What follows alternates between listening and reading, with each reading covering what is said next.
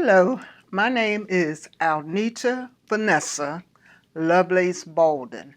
Most people in Alexandria, besides some of the people that I went to school with, probably don't even know what my real name is, so I'm mostly known by the name of Van, V-A-N. It's my understanding that my mother's best friend gave me that name when I was first born instead of calling me Vanessa, and it has stuck for over 70 years now. I am the eldest daughter of John Lovelace and Alberta Wyatt Lovelace. They came from the South Boston area of Virginia. I know my grandmother grew up in the Riverdale area. I'm not sure where my grandfather grew up at, but I know they're from that South Boston, Halifax area. And I am also the eldest daughter of Juanita Lovelace and Virgil Baldon. My mom was born in South Boston, Virginia. My dad was from Louisville, Virginia. I grew up here in Alexandria on both the north side and south side, so didn't live in Delray, but we did live north and south side Alexandria. I went to Charles Houston. I went to Laos Crouch. Um, went to Minnie Howard for a year, and they were building John Adams. So we went to John Adams for a year, and then after that, I spent 4 years at T.C. Williams. At TC, I met a lot of friends. I was in the chorus. I was on the drill team, so I know all about Remember the Titans. If I wasn't there, my brother Eddie or my brother Anthony was on the football team, track, or whatever. So all of us was involved in something. Um, from there, like I said, we grew up in Alexandria. We was in the projects. We originally, that I remember, living at 935 North Alfred Street. I know we lived on at 220 North Patrick Street. There was a place called 416 North Columbus Street. And then we moved to the south side at 521 South Royal Street, next to the Departmental Club. My grandmother also lived down in the new projects. We were down on Madison Street when they first built them, across the street from what they call the new Parker Gray. And then my mom moved to Cameron Valley down on Duke Street. Everybody knew everyone else. It was more of, it was a village. It was a village. Back with the day when I was in school, if you did something you didn't have no business doing, you would get your hands slapped with the paddle, and then the teachers would call your parents, and then you would get your butt tore up after you got home. So you got double. You knew not to, but everybody knew each other. North side, south side, like you said, it was more of a village, so you knew not to go out there and act a fool because somebody was going to tell. Everybody looked out for each other children, we could go out, and I'm quite sure parents did wonder what their kids were doing and stuff like that, but not like it is today. You basically don't even want to let your kids go out the house anymore.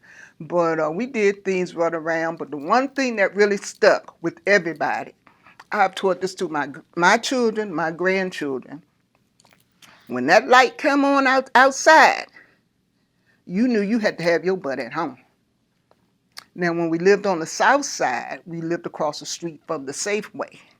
So when the store closed and everybody was out of the parking lot, we were allowed to go out and ride our bikes or skate until the lights went out. And I think the lights went out like around 10 o'clock, something like that. But when them lights went out, you knew you had to be home.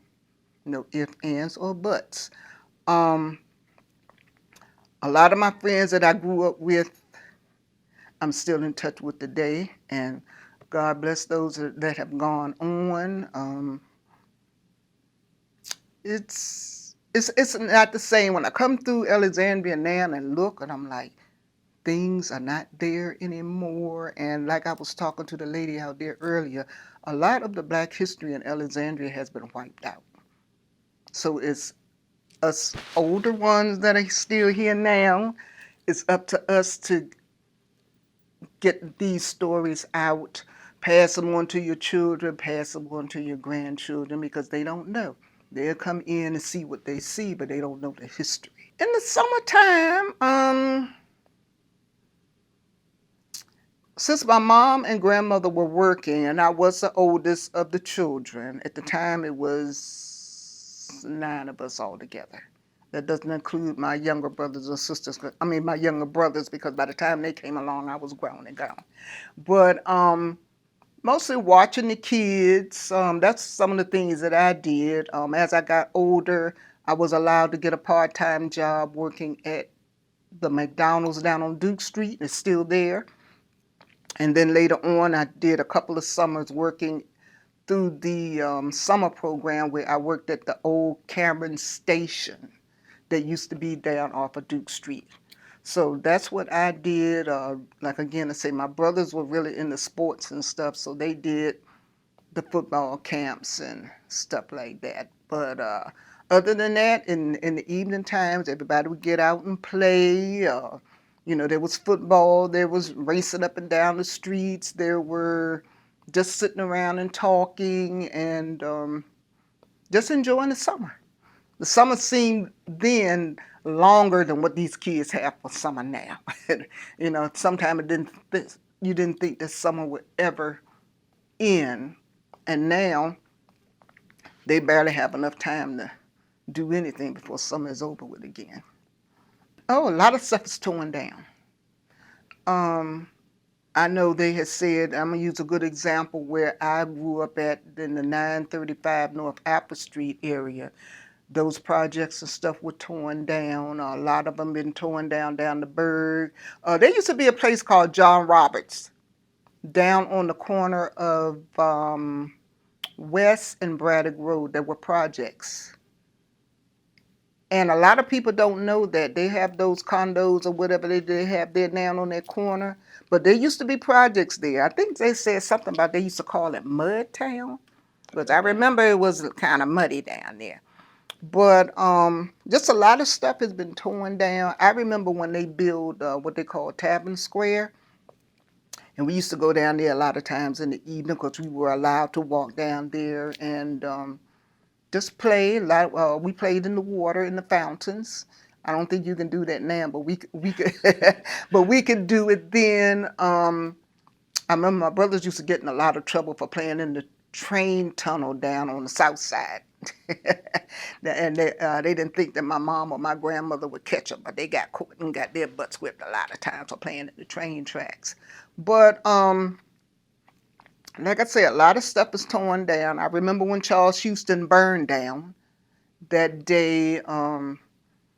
People were just hollering and screaming. The building was burning down, and they just let it burn down to the ground. I was at my grandmother's house down on Madison Street, and everybody ran up to watch it and stuff. So I do remember that.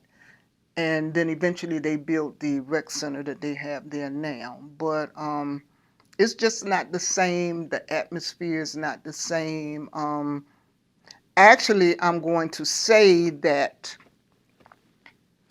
a lot of the in-town, like I would say where the projects and stuff was, it was mostly like blacks. It was mostly blacks. There were whites, but whites were in one area and the blacks were in another area. There were few areas where there were together. I could say that I came in basically, growing up, I caught the tail end of segregation.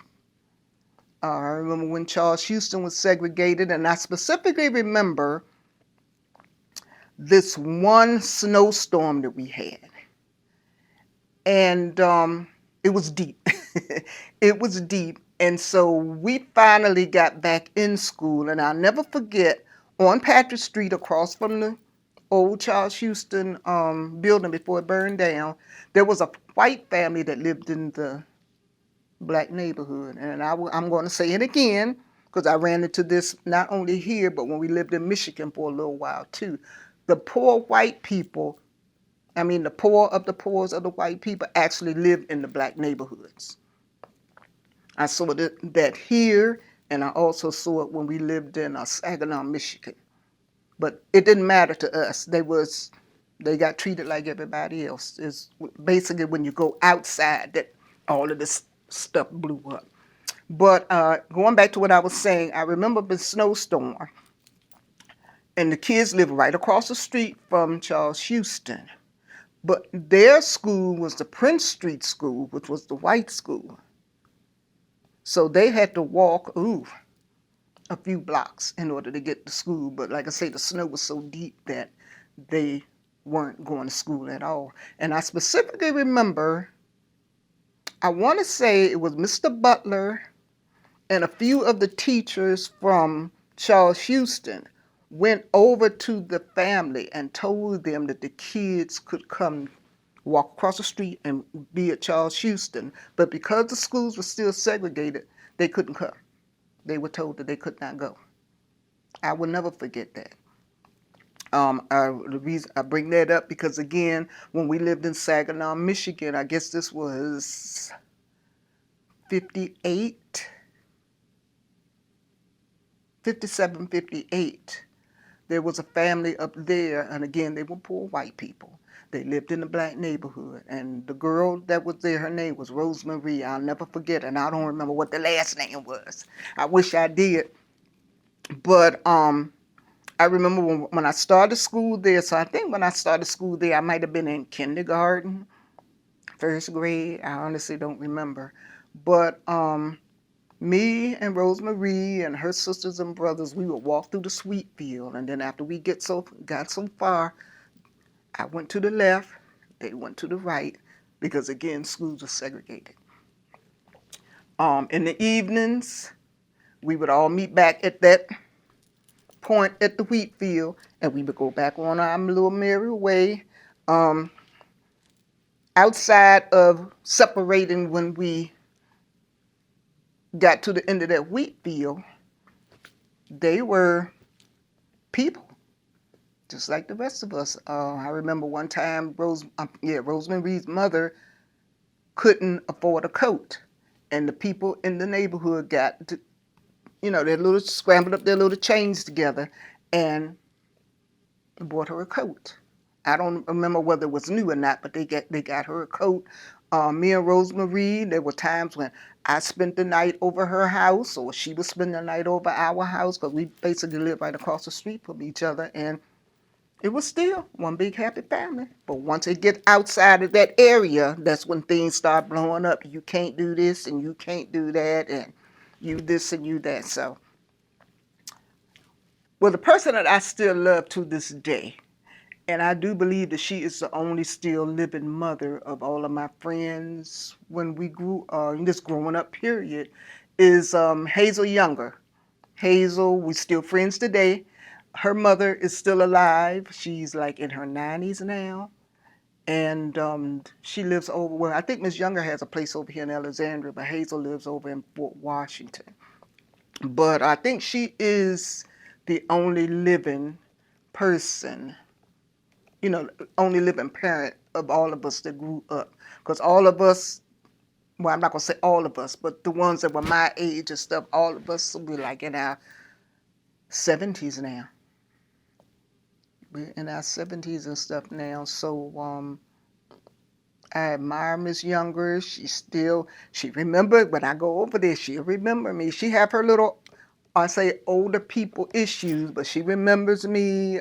She still gets around. She still goes around to the senior citizens and stuff, and I want to be like her when I grow up. But I mean, all of the parents growing up, like I say, you don't go out there and do anything because somebody's going to see you and somebody's going to tell. If they didn't, even if you got home before they did, they still coming over there to tell that such and such a person was doing such and such a thing, and they know they didn't have no business, and they'll say something to you, and to talk back the way these kids do today, oh no, you wouldn't even think about it. didn't even think about it. So it's a different world. It's, you know, you have to adjust to it as you get older, but it's definitely a different world. I can say living up in the projects on Apple Street, like I said, we lived at 935 North Apple Street. Because I can still remember the Tates lived at 937. We lived at 935. The Boards lived at, what would that be, 933? And I remember the Diggs lived in there. I remember they lived on the back side. I don't remember their address. Back behind us were the mountains, the Jennings. My uncle, who's coming home in next month, he lives in California now. He, his name, let me make sure I pronounce his name, Howard T. Lovelace. Everybody used to call him Moose, and he had another nickname too. But when he comes home, and I'm quite sure he's already done it, he calls his friends, Fish Jennings, Fish them lived across the driveway from us, and then there were the mountains. I'm trying to think who else was over there. But everybody knew everybody. Everybody knew everybody, and it was just a good time. It was a good time. And then eventually where we lived at on the other side of Alfred Street, I remember when we first moved there in the projects, it was like just woods. And then eventually they built more projects over there on the other side of Alfred Street. And then, like I say, you know, there was the bird. I don't know what they call it. It's the bird. We call it the bird, but now they're calling it the Berg. So down there. You know, that was the hangout and stuff. And yeah, we went to Del Rey. There was this thing that my grandfather told me about, and I grew up and I saw it, and it's still going on somewhat to this day. There was that people used to fight, but it wasn't fight to kill. It was to fight because you don't belong in this neighborhood. So, you know, and we had a little bit of this when we moved to the south side. If you from north side or north side, you went to the south side, you had to fight. If you were from south side, you went to the north side, you had to fight. North and south side got together to go to Del Rey. North side, south side, Del Rey got together to go to Arlington, Green Valley and all out there. Everybody got together to go to D.C. And then it was the same thing going down to Gum Spring. You know, if you went to Gum Spring and you didn't know anybody, you had to fight your way out. But if you came down there and you knew somebody, wouldn't nobody bother you. So it was just like everybody protected their area and their people. So it was fun. And there's still a little bit of that going on to this day. Now they probably call it gangs or whatever, but that's not it. It's just the connection with people and stuff. So it was interesting growing up. I remember when we finally could come to this library, but originally our library was the one across from Charles Houston, what is that, Width and Albert Street? So, yeah. That little bitty place. And I really didn't like going down there because it was so small. Like I was saying earlier, the books were raggedy, but that's where our library was. Back in the day, you know, when we needed to do reports and stuff for school, everybody had those, I can't think of what the name of, but everybody had a set of encyclopedias. Encyclopedia Britannica, probably. Yeah, Britannica, something like that. So to come to the library, no, I remember all the ruckus and the guys being told to leave and getting arrested and all of that stuff. I mean, it was a lot of that. But that was that adjustment with the integration. That's what that was, the integrations and stuff. And some people can change, and some people don't want to change. And so I don't remember her name, but I do believe, if I'm not mistaken, she was kin to a girl that I went to school with named Dana Crockett. Yeah, I do remember there were times when it wouldn't open because they didn't have anybody there to work there. I do remember that.